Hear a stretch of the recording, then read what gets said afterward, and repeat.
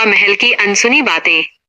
आज हम जयपुर की सबसे प्रतिष्ठित ऐतिहासिक इमारतों में से एक हवा महल के उन गुप्त पहलुओं पर चर्चा करेंगे जो इसे केवल एक सुंदर इमारत से कहीं अधिक वास्तुकला का एक वैज्ञानिक चमत्कार बनाते हैं। निर्माण का विशिष्ट उद्देश्य और सामाजिक स्वरूप। हवा महल का निर्माण 1799 में महाराजा सवाई प्रताप सिंह द्वारा करवाया गया था। इसकी सबसे महत्वपूर्ण अनसुनी बात यह है कि इसे किसी आवासीय महल रहने की जगह के रूप में नहीं, बल्कि एक विशाल पर्दे स्क्रीन के रूप में बनाया गया था। उस समय पर्दा प्रथा का प्रचलन था, जहां राजसी महिलाओं को सार्वजनिक स्थानों पर दिखने की अनुमति नहीं थी। इसलिए इस 5 मंजिला इमारत को इस तरह बनाया गया कि रानियां बिना किसी की नजर में आए शहर की गतिविधियों और त्योहारों का आनंद ले सके। परिभाषा।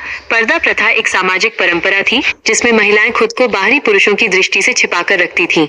बिना नींव और सीढ़ियों की संरचना। हवा महल दुनिया की सबसे ऊंची ऐसी इमारत मानी जाती है जिसकी कोई नींव, फाउंडेशन नहीं है। आमतौर पर बड़ी इमारतों के लिए जमीन के नीचे गहरी खुदाई की जाती है, लेकिन ये महल अपनी पिरामिड जैसी आकृति और 87 डिग्री के झुकाव के कारण सीधे धरातल पर टिका हुआ है। इसके अलावा इसकी 5 मंजिलों पर जाने के लिए पारंपरिक सीढ़ियों का अभाव है। यहाँ केवल रैम्प्स यानी ढालदार रास्तों का उपयोग किया गया है। झरोखे और प्राकृतिक वातानुकूलन। Natural AC. इस महल में कुल 953 छोटे झरोखे हैं, जिन्हें लैटिस वर्क या जालीदार नक्काशी से सजाया गया है। धार्मिक और सांस्कृतिक प्रतीकवाद।